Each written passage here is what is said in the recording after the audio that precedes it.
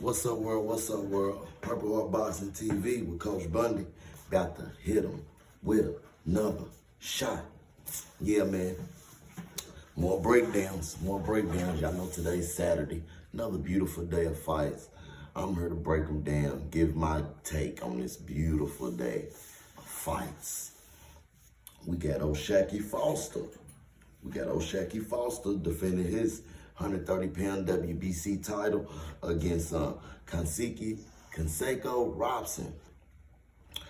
Yeah, this is a clash. Now, this is going to be a good fight. Might steal the show. Let's get into it. Because I'm gonna do this video a little different than the others. Since it's such a stacked day, I'm gonna break down like 3 different fights on this video. So we're gonna start with Foster versus Robson for the WBC Junior Lightweight World Championship. All right, O'Shaquie Foster, great fighter. I love him. Great fighter. More of a boxer puncher, slick, but he can dog it out. He can get the late stoppage, as we know. He's a good champion at 130. Conceicao Robson, great fighter. Very awkward, hard to dictate, hard to get his style and his habits down packed. He's coming with it. He had a draw against Navarrete, which a lot of us thought he won that fight. He dropped Navarrete. I think Navarrete dropped him. But regardless, it was a great-ass fight. And a lot of us think that Robson was robbed. Robson also fought Shakur Stevenson in farewell. So, yeah, it should be a good battle tonight. Breaking it down, first thing first, O'Shaquie Foster, what he has to do to win this fight, be himself. But he's going to have to bring that dog out early because Robson he's a jump-in guy. He's going to jump in different spurts. Like, he's going to allow you to do what you think you're doing, and then he's going to jump right on you and let his sequence off. He does that 12 rounds straight. In and out. High pressure. He can crack. So, yeah, O'Shaquie, he's got to pull that dog out early. Got to work behind the jab. Got to drop the big shots on him. Gotta be ready to counterpunch as much as possible so he can get that respect and stop Robson from jumping in and creating all type of problems for the boxer.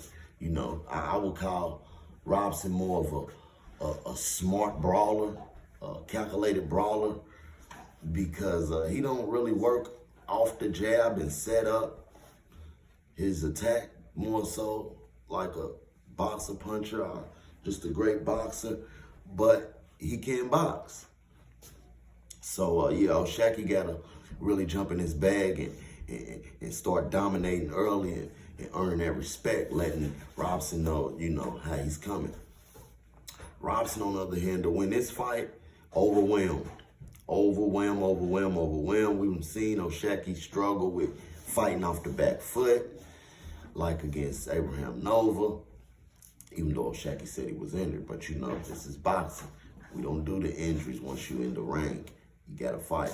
So, yeah, Robson, what he needs to do is apply pressure early. Don't let O'Shaquie dictate with the jab. Take his jab away from him. Stay close. Beat the body down and send shots up top, over the top. And I believe he'll be able to probably get a stoppage because O'Shaquie Foster ain't running away from no smoke, and he will sit in there and exchange with whoever. So that could make or break him in this fight.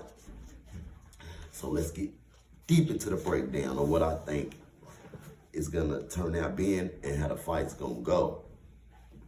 Regardless of what I just said, those fighters, I believe they should do in order to win the fight and get the W.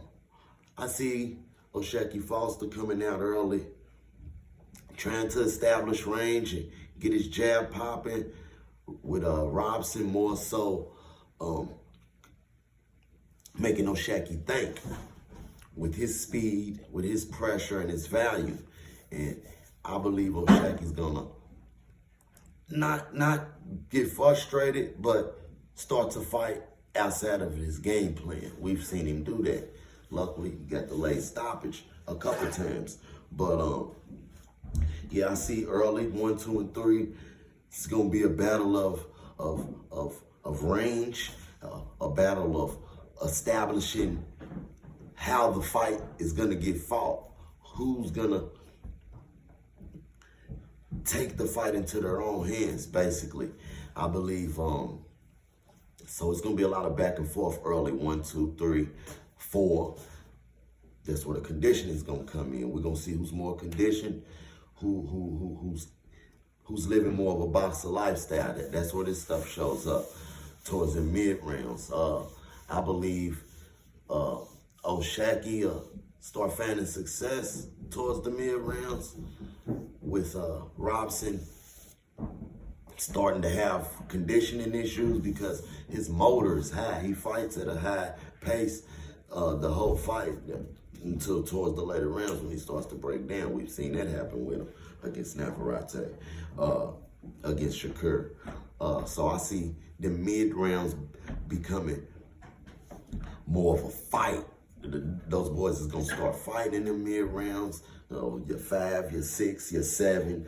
I see Shacky starting to get that second win and get those counters that he's been looking for early that Robson probably wasn't allowing to happen due to him still being fresh, turned up. And I just see Shacky Foster begin to dominate in them late rounds like he does. I see him possibly even getting the stoppage towards 10, 11. Possibly. But after those mid rounds and the fall fighting, I see Shacky coming out on top, back to boxing, making the proper adjustments to fight the fight the way he want to fight. I see him winning good, hard, close, majority decision, going the whole 12, get the majority decision and retain his title, and move on to big and better things. But it will be a good-ass fight. It will go down to the wire. And that's my break on Shacky and Conceicao. Boom. We moving on. Keyshawn Davis. But we'll hold Keyshawn for later. We're going to do Daniel Jacobs versus Shane Mosley Jr. Great fight. 50-50 fight, if you ask me. These are the type of fights that real boxing fans live for. Anybody could win. Jacobs, towards the end of his career, older, getting more older. He's been seasoned. He's been a world champion. Win against Canelo, win against Triple G. Stopped early in his career by Dimitri Peral. But he's one of those guys who only got better as time went. Had a few stale showings like, the John Ryder, I forget the Philly Cat, man. Philly Cat. It's my guy too. I'll think about it later. But yeah, I see, let's get into what I think both of them boys need to do to win the fight. For Shane Mosley Jr. to win the fight, he's a classic boxer puncher. With some slap. The boy can't crack. In order for him to win this fight, I believe he gotta, take it easy early, come out boxing, counter punch, make Daniel Jacobs think more. Daniel Jacobs has a high motor and he can crack with either hand. So he's gonna have to handicap Daniel Jacobs of landing those big shots that Daniel lands. And Daniel Jacobs likes to land them shots early and earn that respect. In order for Mosley to win, he's got to keep his distance, don't get touched up early, box, I see Daniel Jacobs possibly struggling with conditioning and stamina. So, yeah, Shane Mosley, he can just use his age against Daniel Jacobs and maybe outboxing later. I don't see him stopping DJ, the Miracle Man. But to win this fight, he's going to have to box greatly, land good shots, counterpunch great, and try to get a good decision over the course of 12 rounds. For the Miracle Man, in order for Daniel to win this fight, given that he's a few years older, got more fights, it's like a gift and a curse. Like his experience on the big top level could be used as one of his advantages for this fight. So to win, he's got to come in from the bell to the bell, establishing dominance, showing Shane, you ain't fought on this level. You haven't faced the competition I faced. You know, somewhat bullying, keep him on the back foot. Hey, stop, boy. Keep him on the back foot.